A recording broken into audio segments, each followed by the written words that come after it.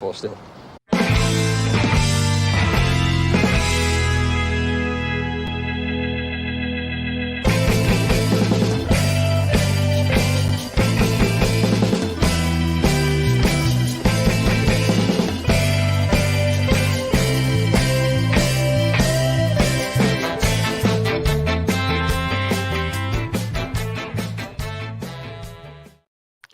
Hi, villains, and welcome to For the Love of Paul McGrath podcast.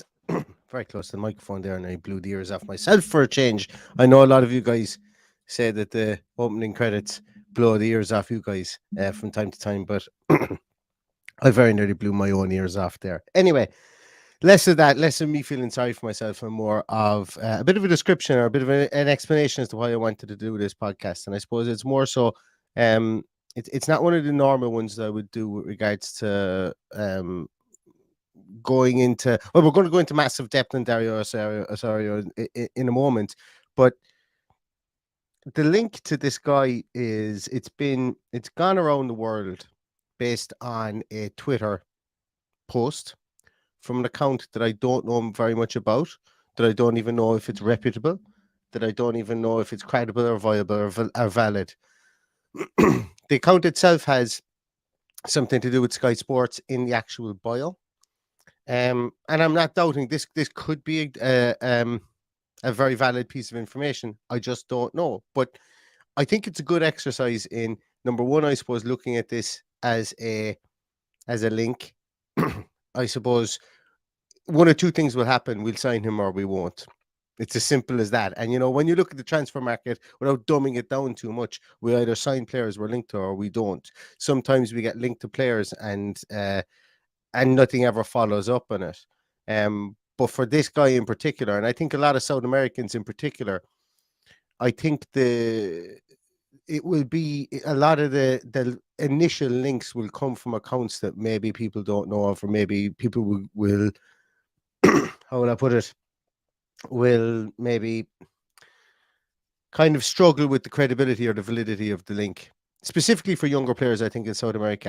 And the reason I think that is for two reasons.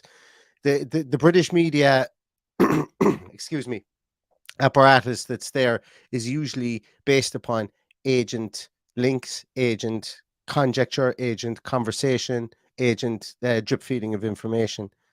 Now, a lot of the younger players, specifically in places like Colombia or Chile or any of the, I suppose, the outside the big two, Argentina and Brazil in South America, they're going to be with aspiring or burgeoning or even unknown agents that will get them to Europe. And then once they get to Europe, they sign with the Kia Draptions or whoever the hell they sign with then when they get to Europe. So the network for them to be able to alert a big entity within the media within Europe may be lesser and lesser. So essentially what I'm getting at here, because I've talked myself around in circles, is I couldn't tell you if Aston Villa are in the race to sign Dario Osorio. But what I do want to say is that I suppose if we do get linked to him, and if we ended up signing a player from South America, it would be, in my view, I think it would be a lesser known outlet that will mention it first, and then it will be picked up on as it gathers steam, as it becomes an entity. So what I'm trying to say here is that there could be validity in this rumor. It's probably unlikely, but there could be validity in it. But I wanted to take a look at him anyway, because I was on the Villa View recently, and I was having a good old chat with Dan Bardell, and we were talking about signing this player and signing that player. And I mentioned that, obviously anybody who follows me on Twitter will know that I have a very, very strong, I'm very, very, at Brighton's policy. I have been for the last 4 years, watching Brighton sign players.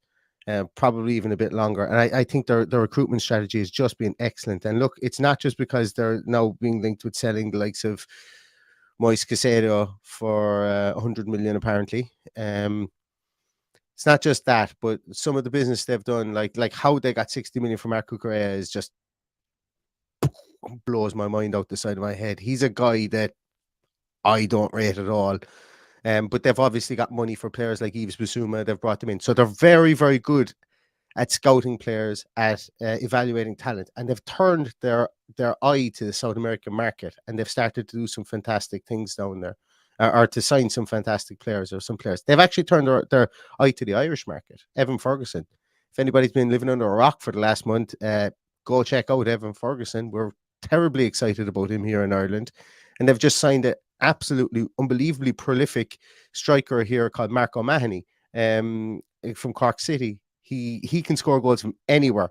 And we're really excited about him. 19 years of age. He's one of these guys who probably would have gotten his move to the UK 2 years ago, but due to new laws for kids between 16 and 18, he was unable to move to the UK at that stage because it's considered under different rules now under FIFA since Brexit, and now he's 19. He's getting his move to the UK, so we're really excited about that. So why am I talking about all this with regards to Dario Osorio? Is that I think it's about time that if Aston Villa are to kick on, I think that they're going to need to take a chance on a couple of these players. You know, if we could find, we're screaming out for wingers. You know, if we could find a Trossard, a Mitomo, an Alexis McAllister, you know, somebody along those lines to come in and to fit in within our structure, and catch them early within the South American system. I think it's going to be beneficial. Now, obviously, it's not as easy as that, but when you look at some players there that have big names from the point of view are well thought of, I think somebody like David Osorio in Chile he's probably up there. Like there's people who are talking about him as being the next Alexis Sanchez, and the story for Alexis Sanchez, when you think about it, was Udinese took a very big chance on him, very young. I think they signed him from Colo Colo, if I'm not mistaken, and they brought him over to Udinese, and he was in their team at a very, very young age, and they took that chance, and it paid off for them big time. And I'm thinking, and Udinese were one of the teams that got into the video scouting of players very early, and they had a full room and a full team of people watching video of players in South America, analyzing them, and then they would send their scouts down to watch them, and they would do both the statistical, the video, and the real life scouting of these players. And they brought over tons of guys from South America. Some of them worked and some of them didn't. But the likes of Arturo Vidal and Alexis Sanchez, who came from Chile, both worked for Udinese, and they made quite a lot of money sending them on. So I think Aston Villa can exploit that market. And if we're led to believe that somebody like Unai Emery and the Aston Villa recruitment team of the Rob McKenzies and those, don't forget we still have Rob McKenzie in our midst as well within Villa Park. If these guys are all still there, and if they're still, I suppose, pulling the strings with regards to recruitment, they do like to marry the statistical and the video scouting of players, as well as the in what am I trying to say? The in-person scouting as well. So really interesting, I think, to see this link. As I say, I'm 8 minutes into the podcast here. We haven't taken one look at him, but I wanted to explain this and explain why I'm coming on to talk about this, because I have been reluctant to release a kind of a series I have on South American players that will make it in Europe. Sorry, actually, I can't say they will make it in Europe. That I think will make it in Europe. They're big names in South America and they're young. And some team is going to take a chance on them, and some team is going to hit gold with some of them, and they're going to hit cold with others. And I would really like if Aston Villa took a chance on the next big South American star and made him a star within Europe. And if he leaves, he leaves. But if he doesn't, he becomes one of ours, because it's something we've not done. It's a market we've not exploited, I think, enough. So that's really where this is where I'm coming from. But anyway, let's take a look at some of your comments. Let's take a look at just some of your comments before I get into this. Yeah, I wanted to be the first one to get in there to say that we'll never sign him. This link is nonsense. So I was the first person that came up with that comment. Anyone else who put it in is only copying me. Although Salubrious Ed says it's happening, my cousin's girlfriend's mother, Shrophet, saw him enter the gates at Villa Park today. Absolutely. Yeah. John Steele asks, is this advertising by agents? I actually don't think so, because I did have his agent's group up there. If you guys can bear with me one moment, I will get his agent, or I will try to get his agent. I think he's got a very a very obscure agency, if I remember rightly. So I wouldn't imagine that they would be linking him with Aston Villa from that point of view. Yeah, his player agency isn't even listed there. I did come across it today somewhere because I had to go digging for it. Uh, uh, uh, so usually they don't sign with a massive agency until they come to Europe. That's just how it goes, I think. But anyway, it could very well be agent stuff, but I'd be surprised. I'd be surprised based on him coming from Chile. Now, if he was somebody coming from Santos or from maybe Sao Paulo or somewhere like that in Brazil, maybe so. But I'm not quite sure with this one. Tim says, don't think we will sign any players, Neil. I think we'll wait now till summer. I think we would be insane to wait, to consciously wait. We may not sign other players because we may not get the players that we want, but I think we would be very, very, very foolish or foolhardy of us to just decide we're not signing any players now. And to say we've got enough of what we have, because there are pieces of our squad that are missing. Like to go into the rest of the year without another striker, I think for me would blow my mind. It would absolutely blow my mind. Even if we got someone in on loan to fill a gap, I just don't think we have that striker. Like we need another striker. I think that's just one thing. But if we don't get the guys that we want, and it doesn't happen, and they don't want to waste money on players just to come in here and fill a hole for 6 to 12 months, if that's the reason why we didn't sign anyone, I could see that happening. But I don't think it's going to be a conscious effort to not sign people. But it will have to be busy next 5 days, I think. I'm blaming Dan Bardell and Ty Bracey because the two boys took Emery on the rip there 2 or 3 nights ago, was it? I wonder how long they kept him out for. He's probably still hungover. That's why we haven't signed anyone since. So I'm blaming Bardell and Bracey anyway for that one. Um, right. Yeah, there's a lot of you guys seem to think our business is over. I don't understand it. I'm sorry. I do understand. I do understand why why you might think that, and you could very well be right. But like there's no way you go into the rest of the year with John Duran, Leon Bailey, and Ali Watkins, and if they do and they make it work, fair play to them. I just think there's room for another striker, in there at least. But look, we'll see. I am looking forward to seeing John Duran, though. I think now that he's here, we will get meaningful minutes from him in the Leicester game, and I think everybody's going to be looking forward to seeing that. If anybody's going to the Leicester game, let me know, because I'd like to get your opinions of him in the flesh. Anyway, we were 12, 13 minutes nearly in, and we haven't spoken about Dario Osorio yet, so let's have a little look at him here. So. As I said, there he is. What do you guys think of the Universidad de Chile logo there? It's like an owl. I think it's an owl with a U in the middle of it. I thought it was quite different. Anyway, that's our man. That's Dario Osorio. Whether he's coming to Aston Villa or not, I don't know. But I did want to take you through a couple of bits and pieces on him. He's an interesting prospect, very highly thought of in South America. And if we are to exploit the market, somebody like this would be somebody that we should really be looking at. He plays right wing or left wing. His current market value as per transfer market is €3 million. We know that's probably false. It's a false economy, really. He's probably going to go for somewhere between 10 to 15 million, I would imagine. His height ranges anywhere from about 5'9", 5'10", 5'10", sorry, should I say, to 6 foot. For standardization, I use the same site the whole time, so I've put him in from what they have, and that's 5'11.5" or 5 foot. Yeah, 5'11.5". I don't even know. Can you be 5'11.5"? But I've put him in as 5'11". He's left-footed, and he's only just gone 19 years of age. He plays both right wing and left wing, but as we can see here by his heat map, that he is predominantly played on the right wing. Has played in the left wing for Chile. When he's played for them as well. Couple of pieces here as well. Football talent scout Jesse Kulig had him as the talent of the day in July the 4th, 2022. He said that his strengths are pace, dribbling, ball control, creativity, first touch, and versatility. And he's similar type of players to Angel Di Maria. So I think that we'd all love an Angel Di Maria and his pomp style player, albeit maybe not the one that played for Manchester United, playing for us as well. A little bit of an excerpt here from 90minutes.com underneath as well, that 18-year-old Osorio has played for the senior national team, and he is considered one of Chile's best prospects since the likes of Alexis Sanchez, Gary Medel, and Arturo Vidal broke through for La Roja.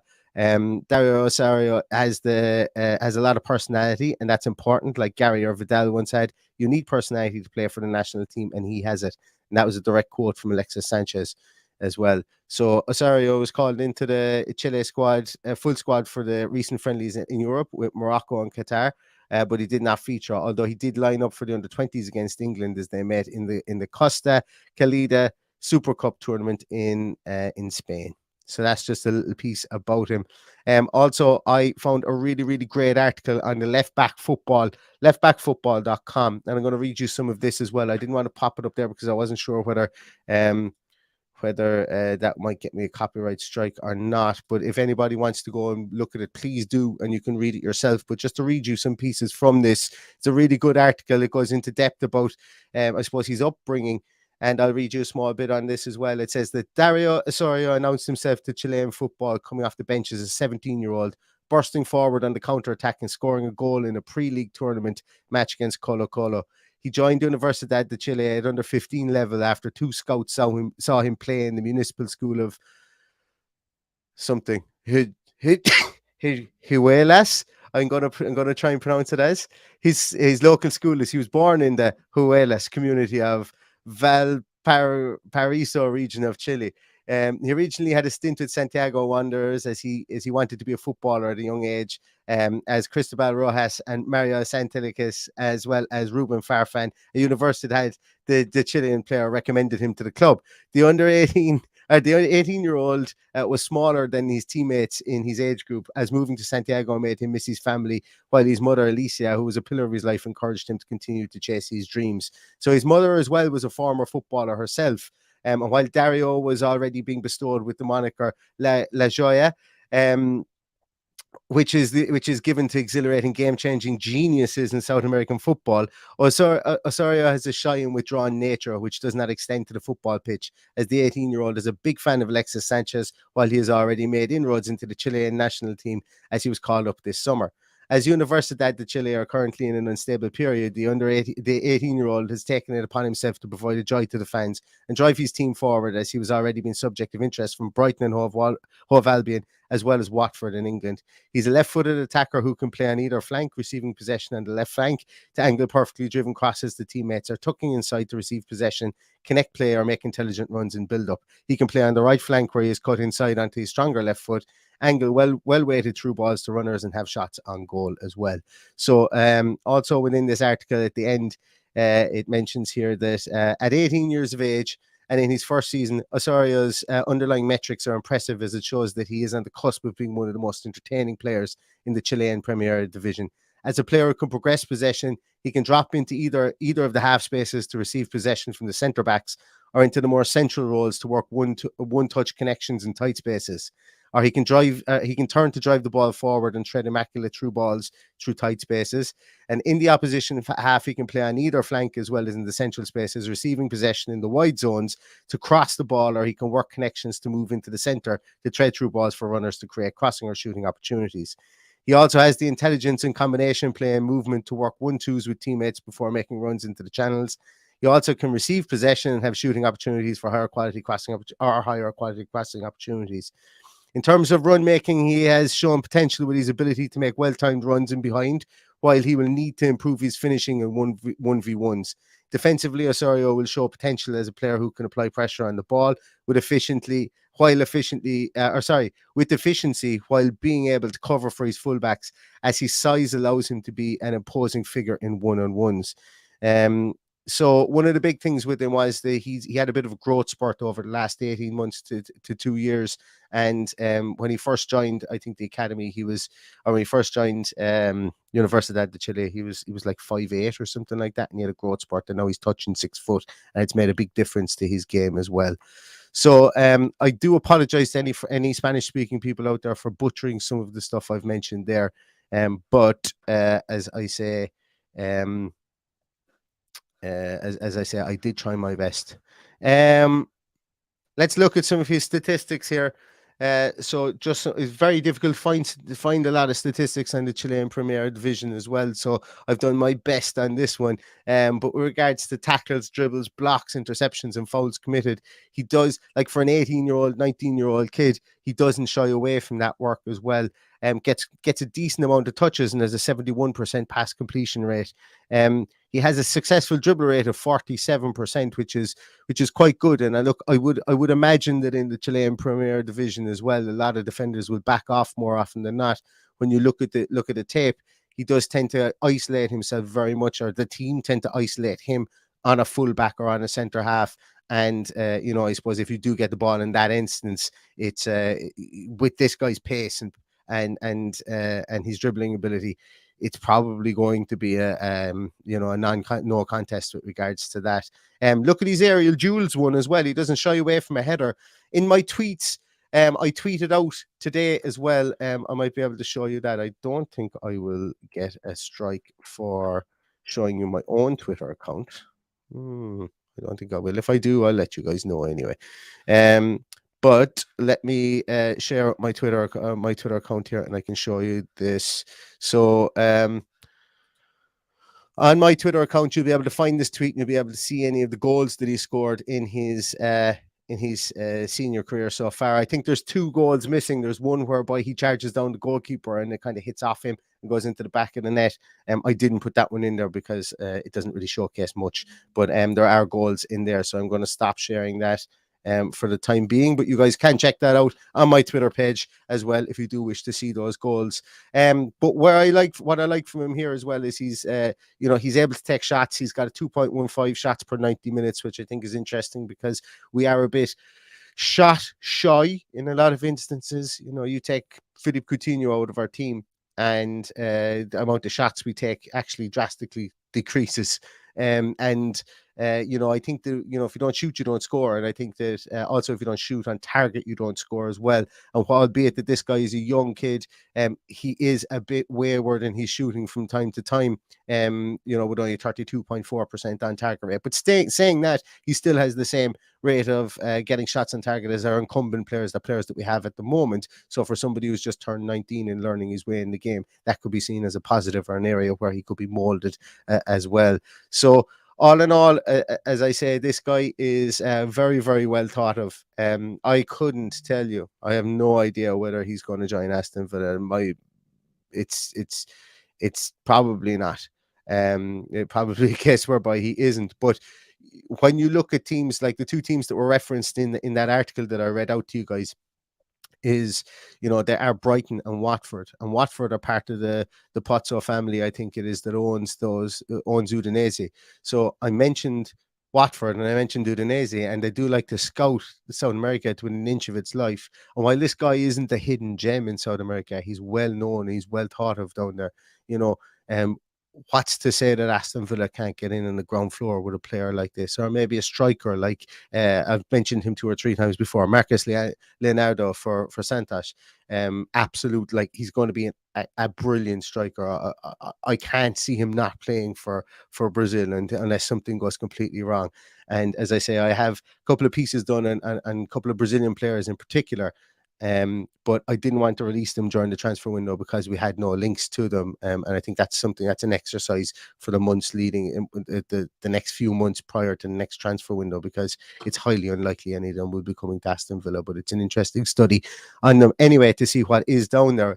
But Dario Osorio, I think, is definitely somebody that that will catch the eye with somewhere. He will catch on somewhere, and somebody will sign him. And all things will point that they would have a pretty decent player on their hands based on what we know at this moment in time. Yeah, I'm feeling this as well. Like I looked at it already, Rob, and I thought that it was a typo saying 2004, but it's scary. It's scary. As my dad used to always say, there's younger than us getting old. So that is a scary point as well. Tim, good point. Did we get involved with an academy in North Africa? I think our owner involved with a relative. Haven't heard anything in a while. Yes, Nassif Sawiris' brother owned a football club, if I'm not mistaken, a lower league football club in Egypt. And I think we have gotten involved with them. And I'm almost certain that we've tried to turn it into some sort of academy in Egypt, but I don't think it's anything like um, a Manchester City are doing, obviously with Girona and with Melbourne and all those. It's not. It's not. I thought you would have thought at the time that it might have been something like that. I think we got involved with a soccer academy in Senegal as well. Actually, that springs to mind. But I definitely think it's an area that there's a lot of infrastructural changes that need to happen around Aston Villa, if you want to call it the parent club, before we can build I suppose, a group of clubs. There is a lot of infrastructural changes. Obviously, they need to do the North Stand. They need to have the inner city academy. So they need to capture the city itself first.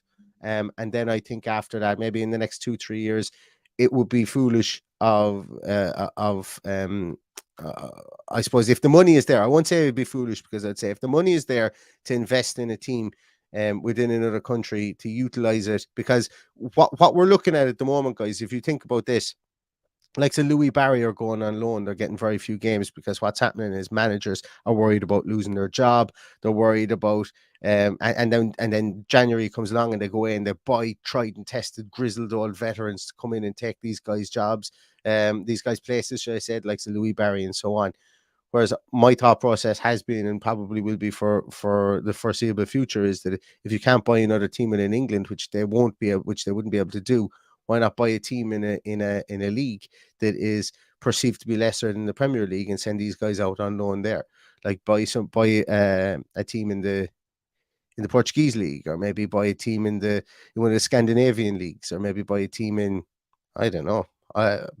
You pick it. You pick a league and buy a team in there that maybe you could have as a feeder club for yourself, but also utilize it like Chelsea have done with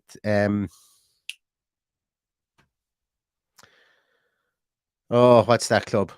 Vitesse Arnhem, like Chelsea have done with Vitesse Arnhem for years and years and years. They did it with they like going back to the days when they signed Alex to play centre half. He moved to was it Vitesse Arnhem? I think he moved to, or he moved to PSV, I think.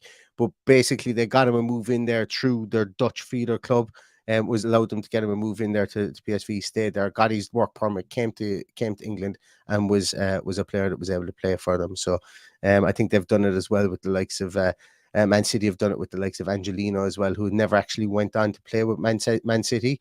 I played with Red Bull Leipzig, I think, and a couple of more clubs. But it's a way of exploiting a market that we can get players some game time. Anyway, I'm really tangential on this one. I'm really, really tangential on this one. Um, so that's probably going. Yeah, Tim says, Neil, maybe we should have a look and see if any South American players with Irish blood would like to pop over and play underage with us. Well, Alexis McAllister has an uncle or granduncle or something like that based out of Dublin, and we saw him on the Irish news here. So maybe there's a couple of more of them floating around out there. Yeah, there's actually a couple of hurling clubs. If anybody here knows the Irish sport hurling, there's a couple of hurling clubs in Argentina. I know when the priests went on the missions to South America, they set up a load of hurling clubs in Argentina, and I know that there's one certainly in Buenos Aires.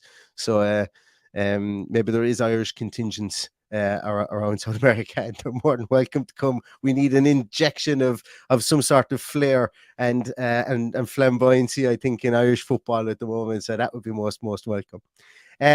All right, so guys and girls, thank you so much for joining me tonight. It was a bit tangential. It was a bit rambly at the start, but I hope you guys understand why.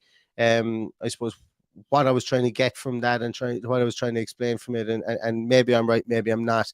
But it'll be interesting to see if this one does come off in the near future, because I think I think it would be an exciting one. And look, we may sign somebody over the next 5 days, we may not, but I think our name will be linked with every Tom, Dick, and Harry going. And you know what?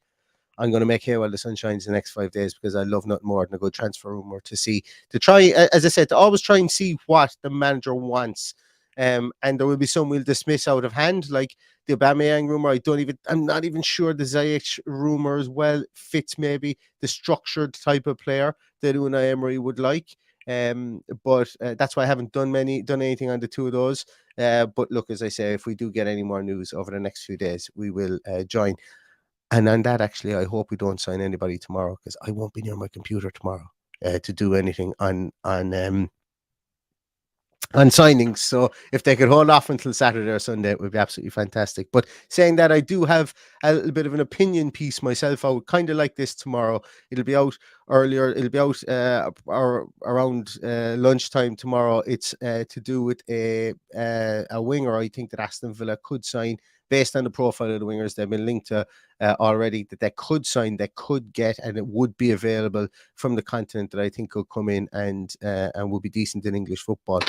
So if you guys are interested in that, you can give that a listen to tomorrow as well. And before we go, I just want to say as well, thank you very much, Matt. I really appreciate it, man. You're an absolute gentleman. Thank you so much for that.